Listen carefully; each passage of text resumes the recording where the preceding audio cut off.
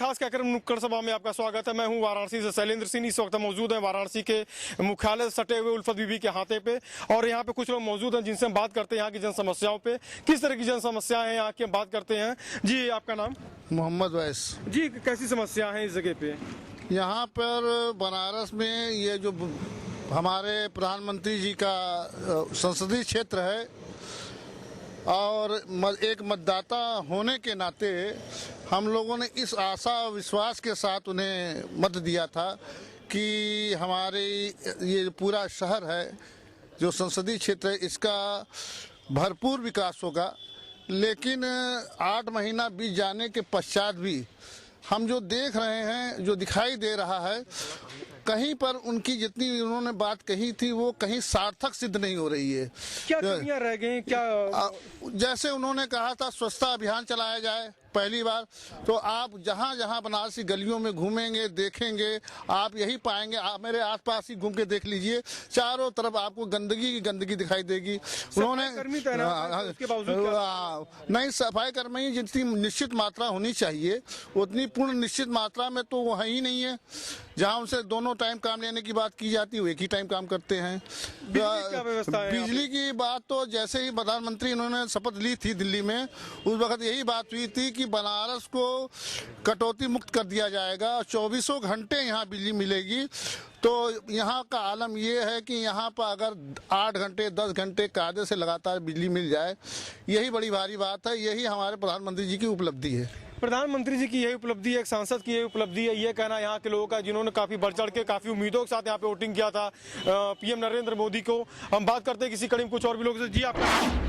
सही पढ़ाई दिया जाए तो प्राइवेट स्कूल में कोई जाना नहीं चाहेगा। हमारे बनारस का क्वींस कॉलेज एक ज़माना था टॉप माना जाता था, यूपी कॉलेज हमारे यहाँ का टॉप माना जाता था। आज बच्चे यहाँ जाना पसंद नहीं करते हैं क्योंकि सरकार इसको बढ़ाना नहीं चाहती है। प्राइवेट स्कूलों से इनको पैसा मिल रहा है, प्राइवेट स्कूल सारे सांसद मंत्रियों के हैं, तो ये लोग अपना मनमानी घर जानी। स्वास्थ्य की दशा ये है कि सरकारी अस्पताल में व्यवस्था नहीं है, डॉक्टर नहीं है, अपनी क्लिनिक चला रहे हैं। और जब आज तो मैं डॉक्टर से अच्छा माफिया को मानता हूँ। डॉक्टर तो अब आज के डाकू हैं, माफिया बेहतर है। देश कैसे तरक्की करेगा, देश कैसे आगे बढ़ेगा, उसकी तालीम दी जाती है, मजहबी तालीम दी जाती है। लेकिन हमारा मजहब एक ऐसा मजहब है इस्लाम कि जिसमें किसी और मजहब के बारे में, किसी और मजहब की बुराई नहीं बयान की जाती है, बल्कि ये कहा जाता है कि अगर तुम मुसलमान हो तो मुसलमान को कैसे रहना चाहिए वैसे रहो। इस्लाम आतंकवाद की तालीम नहीं देता, इस्लाम गुंडागर्दी की तालीम नहीं देता। हमारे नबी ने अपनी पूरी ज़िंदगी इंसानियत को फ़रोग़ देने में, इंसानियत को तरक्की देने में बिता दिया, और वही तालीम आज हम मुसलमानों को दे रहे हैं, आज हम अपने बच्चों को दे। जी कैसी समस्या है, किस तरह की? यहाँ तो जब से मोदी जी चुनाव लड़े हैं उसके बाद शहरी क्षेत्र है यहाँ तो... मैं पूरे शहर में आपको बता दूं, जब से नरेंद्र मोदी जी चुनाव लोकसभा यहाँ जीते उस टाइम से बनारस का दुर्भाग्य है कि जो भी सड़कें चौड़ी हो रही थी और जितना विकास का काम हो रहा था, रोड पटरी लाइट सब, उसी टाइम से जब जीत के गए सारी बंद हो गई। और ये चाहे यहाँ का दुर्भाग्य कहिए कि मोदी जी का चुनाव लड़ने का, कि सारा विकास बंद हो गया उस टाइम से। और नहीं तो उसके पहले आप देख लीजिए, जब से 2 साल पहले जब से सफाई, उसके बाद बहुत विकास हुआ बनारस में। सारी रोडें चौड़ी हुई, नई नई रोडें बनी, पुल बने, ब्रिज बने। और जब से मोदी जी चुनाव लड़के गए, ये लाइट की व्यवस्था खराब हो गई, रोड की व्यवस्था, बहुत सारी सफाई, जितनी हम लोग को, जितने हम लोग उससे उल्लास से उनको वोट दिया, जिताया कि कुछ बनारस का काफी दिनों से विकास बंद होगा, कुछ भी विकास नहीं हुआ। इस लोकसभा क्षेत्र में कहीं ना कहीं से लोगों के अंदर एक नाराजगी सी है, चूंकि पीएम का संसदीय क्षेत्र है।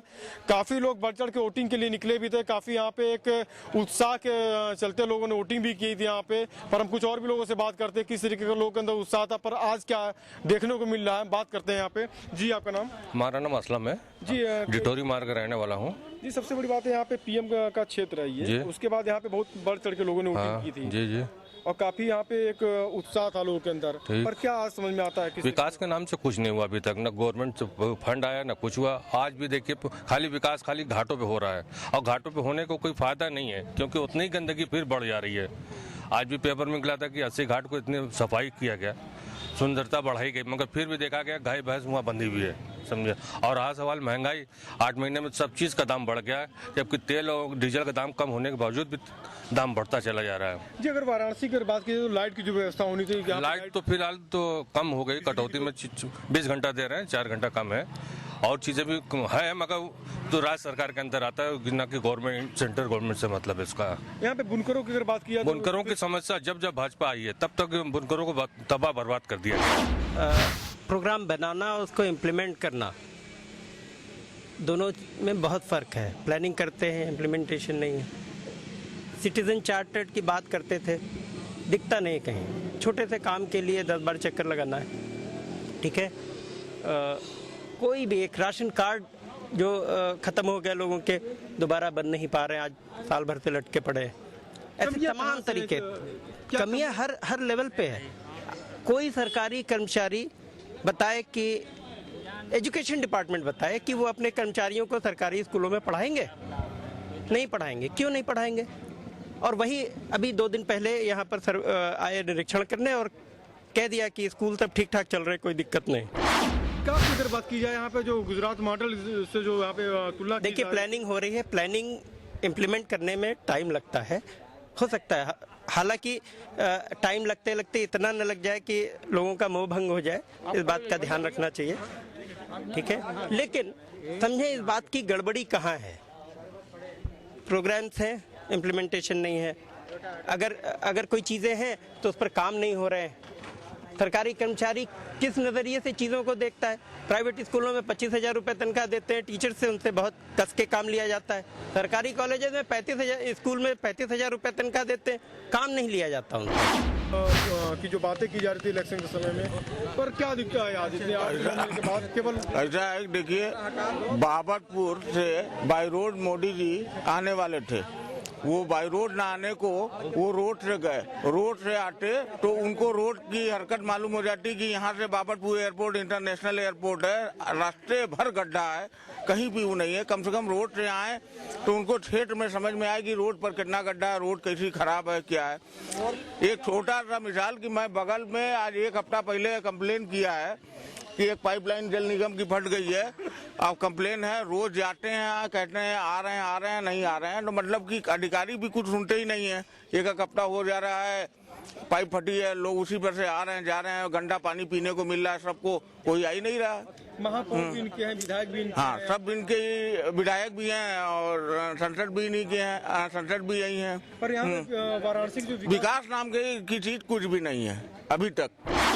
हो गया, अभी कोई विकास नाम की एक चीज अभी नहीं है। फैसिलिटी सेंटर का इन्होंने उद्घाटन किया था, बहुत हाँ। यहाँ पे मंच पे काफी कि बुनकरों को सीधा लाभ मिल सके। बनारसी साड़ी का काफी लंबा यहाँ पे काफी बड़ा कारोबार, बस उद्घाटन करके वहीं से काम खत्म हो गया है। जाके देख लीजिए, आप खुद चैनल वाले हैं, जाके साइट पे जाके देखिएगा, जस के तस है, कहीं भी नया शुरू होने वाला काम नहीं है। अभी उद्घाटन हुआ, काम खत्म हो गया, ऐसे ही पड़ा हुआ है। जी कहीं काम नजर आए तो आप लोग खुद चैनल वाले हैं, जाके देख सकते हैं।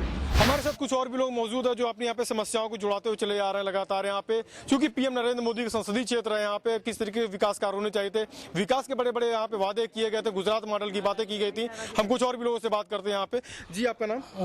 साबुद्दीन हमारा नाम है, लोधी मदरसा खानमजान के वो प्रबंधक हैं। और यहाँ पर मोदी के नाम पर दिखावा ये बहुत काम का कोई काम नहीं हुआ, और यहाँ तक जो काम हो रहा था वो भी काम हो रहा, कोई भी काम विकास का नहीं हो रहा मोदी से। कोई भी काम, बहुत सी उम्मीदें लगाए थे लोग यहाँ पे। सब लोगों ने ये सोचा था कि रातों रात कुछ काम हो जाएगा या कोई नया काम करके दिखाया जाएगा।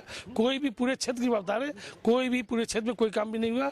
और माने किसी टाइप का, चाहे रोड गली वो दुकान कहीं भी कोई काम नहीं हुआ। केवल वादे, खाली वादा, बड़े से बड़ा वादा होता गया, काम कोई नहीं हुआ। बड़े से बड़ा केवल वादा होता गया यहाँ पे, कोई काम नहीं हुआ, कोई काम साफ झलकता नजर नहीं आ रहा। चूंकि 8 से 9 महीने करीब सरकार बने हो चुकी है यहाँ पे। उसके बाद हम और भी लोगों से बात करते हैं यहाँ पे। जी आपका नाम? कमालुद्दीन खान। जी बहुत सी उम्मीदें लगाई होंगी आप लोगों ने यहाँ पे। जी हाँ, यहाँ पे पर कैसा आज यहाँ पे वाराणसी कैसा दिख रहा है आपको? जी एकदम, और पहले तो फुअर हो गया है, समझे। जो वादा किए तो मोदी जी ने कि महंगाई में भी कमी करेंगे, महंगाई में कोई कमी नहीं।